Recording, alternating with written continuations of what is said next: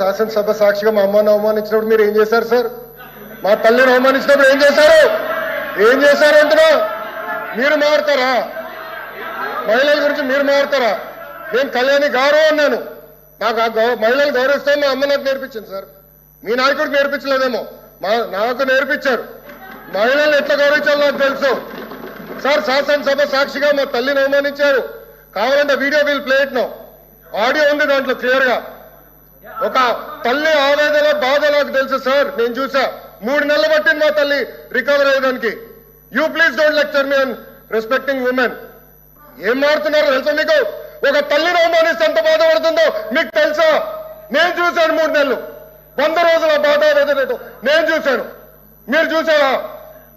ఒక మహిళ అవమానిస్తే, శాసనసభ సాక్షి అవమానిస్తే ఎంత కుమిలిపోయిందో నేను చూశాను. మీరున్నారా? మాట్లాడచ్చు మీ తల్లి గురించి మాట్లాడమంటారా? ఈరోజు ఇదే మీకు నేర్పించింది మీ ఇంట్లో. ఈ రోజు కూడా మీ కార్యకర్తలు ఏం చేస్తున్నారండి? మా మహిళలు వ్యతిరేకంగా పోస్టులు పెడతారా? మా మహిళలకి ఇచ్చి విధంగా పోస్టు పెడతారా? పొరపాటున మా ఒక్క కార్యకర్త భారతిరెడ్డి గారి వ్యతిరేకంగా పోస్ట్ పెడితే జైలుకు పంపించిన ఘనత తెలుగుదేశం పార్టీది. అది మాకున్న చిత్తశుద్ధి, మీలో కాదు. ప్రతిపక్షము అంటే వచ్చి సూచనలు ఇవ్వాలి, సలహాలు ఇవ్వాలి. ఫలాని మాదిరిగా చేస్తే ఇంకా బెటర్గా చేయొచ్చు, మీరు ఈ మాదిరిగా చేస్తూ ఉన్నారు, ఇంతకన్నా ఇంకా గొప్పగా ఈ మాదిరిగా చేయొచ్చు అని చెప్పి సలహాలు సూచనలు ఇవ్వాలి.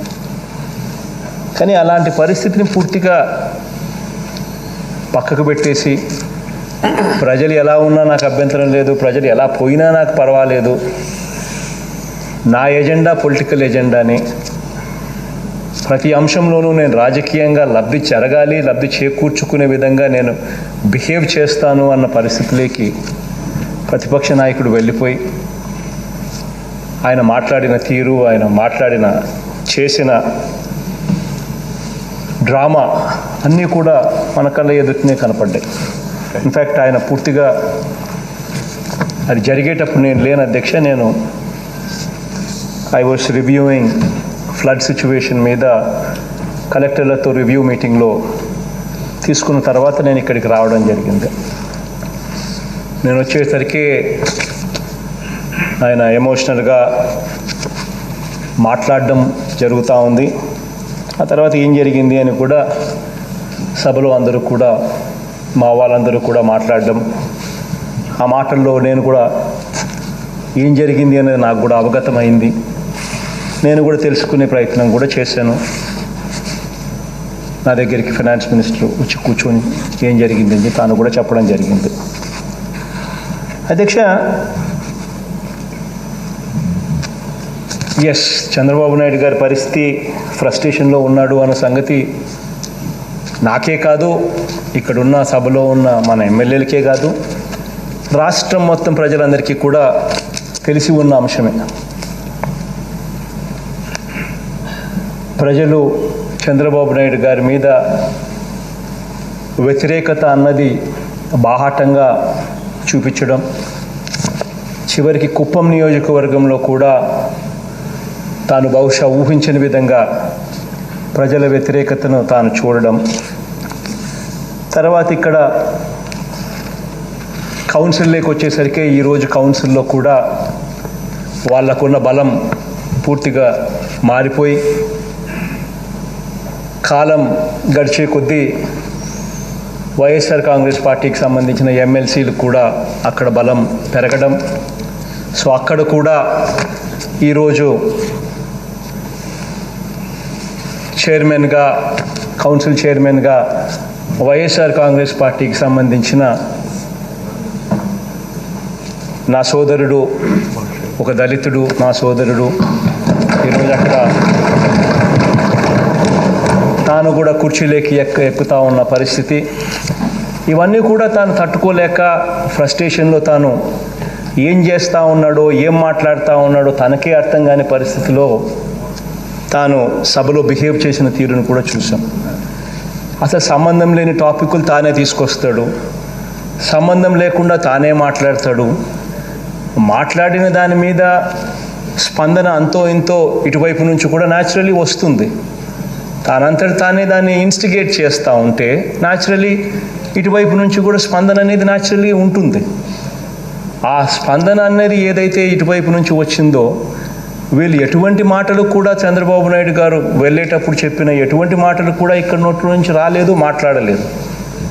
వాళ్ళల్లా అలిందల్లా కేవలం మీరు ఆరోపణలు చేస్తూ ఉన్నప్పుడు ప్రతి ఆరోపణలుగా మీ హయాంలో జరిగిన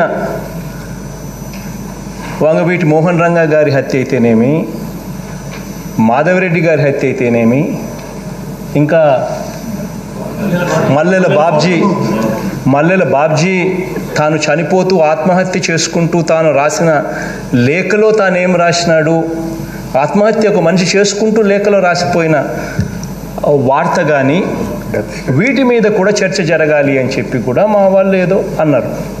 ఎందుకంటే తాను అటువైపు నుంచి కూడా ఇన్స్టిగేట్ చేస్తూ ఉన్నాడు. కాబట్టి ఎక్కడా కూడా కుటుంబ సభ్యుల గురించి కానీ తానే మాట్లాడడమే జరిగింది. కానీ మా వాళ్ళు చెప్పేదాని ప్రకారం మా చిన్నాన్న గురించి కానీ, మా అమ్మ గురించి కానీ, మా చెల్లెల గురించి కానీ, ఇంకొకరి గురించి కానీ తానే ప్రస్తావించాడు. కానీ ఎక్కడ ఇటువైపు నుంచి అటువంటి ప్రస్తావన ఎక్కడా కూడా జరగలేదు అని చెప్పి క్లియర్ కట్గా మన సభ రికార్డ్స్ చూసినా కూడా తెలుస్తుంది. మా వాళ్ళందరూ కూడా అదే చెప్పారు. మరి అలాంటిది ఆయన విపరీతంగా ఆయనే మాట్లాడాడు. ఇటువైపు నుంచి స్పందన ఆ మేరకు మినిమం అయితే వస్తుంది. ఆ మేరకు దానికి కూడా ఆయనే ఓవర్ రియాక్ట్ అయిపోయి ఆయనే ఫ్రస్ట్రేషన్లోకి వెళ్ళిపోయి ఏమేం మాట్లాడుతున్నాడు తనకి అర్థం కాకుండా తాను సభ నుంచి వెళ్ళిపోతూ శపథాలు కూడా చేయడము అన్నీ కూడా మన కళ్ళ ఎదురునే కనిపించాయి. అల్టిమేట్లీ అధ్యక్ష పైన దేవుడు చూస్తూ ఉంటాడు అధ్యక్ష. బేసిక్లీ నేనైనా కానీ ఇంకొకరైనా ఎవరైనా కూడా అంత నిమిత్త మాత్రమే. దేవుడు ఎంతకాలం అయితే మనల్ని ఆశీర్వదిస్తాడో అంతకాలం మనం పనిచేయగలుగుతాం. దేవుడు ఆశీస్సులు, ప్రజల దీవెనలు, ఈ రెండే మోస్ట్ ఇంపార్టెంట్ థింగ్ ఇన్ పాలిటిక్స్లో అధ్యక్ష. ఎంతకాలం మనం మంచి చేసినంతకాలం దేవుడు ఆశీర్వదిస్తాడు, ఆ మంచి జరిగినంతకాలం ప్రజలు దీవిస్తారు. ఆ రెండూ ఉన్నంతకాలం ఎవ్వరూ కూడా అడ్డుకోలేరు అధ్యక్ష. ఇది వాస్తవం అధ్యక్ష. నాకు ఈనాడు లాంటి పెద్ద సంస్థ నాకు తోడుగా ఉండకపోవచ్చు. ఆంధ్రజ్యోతి లాంటి ఇంకొక చంద్రబాబు నాయుడు గారికి అనుకూలమైన మీడియా, TV5, ఆంధ్రజ్యోతి, ఈనాడు ఇలాంటి పేపర్లు, ఇలాంటి టీవీలు ఇంతమంది సంఖ్య నాకు ఉండకపోవచ్చు. కానీ అధ్యక్ష వీళ్ళు అబద్ధాన్ని నిజం చేసేందుకు ఒకే అబద్ధం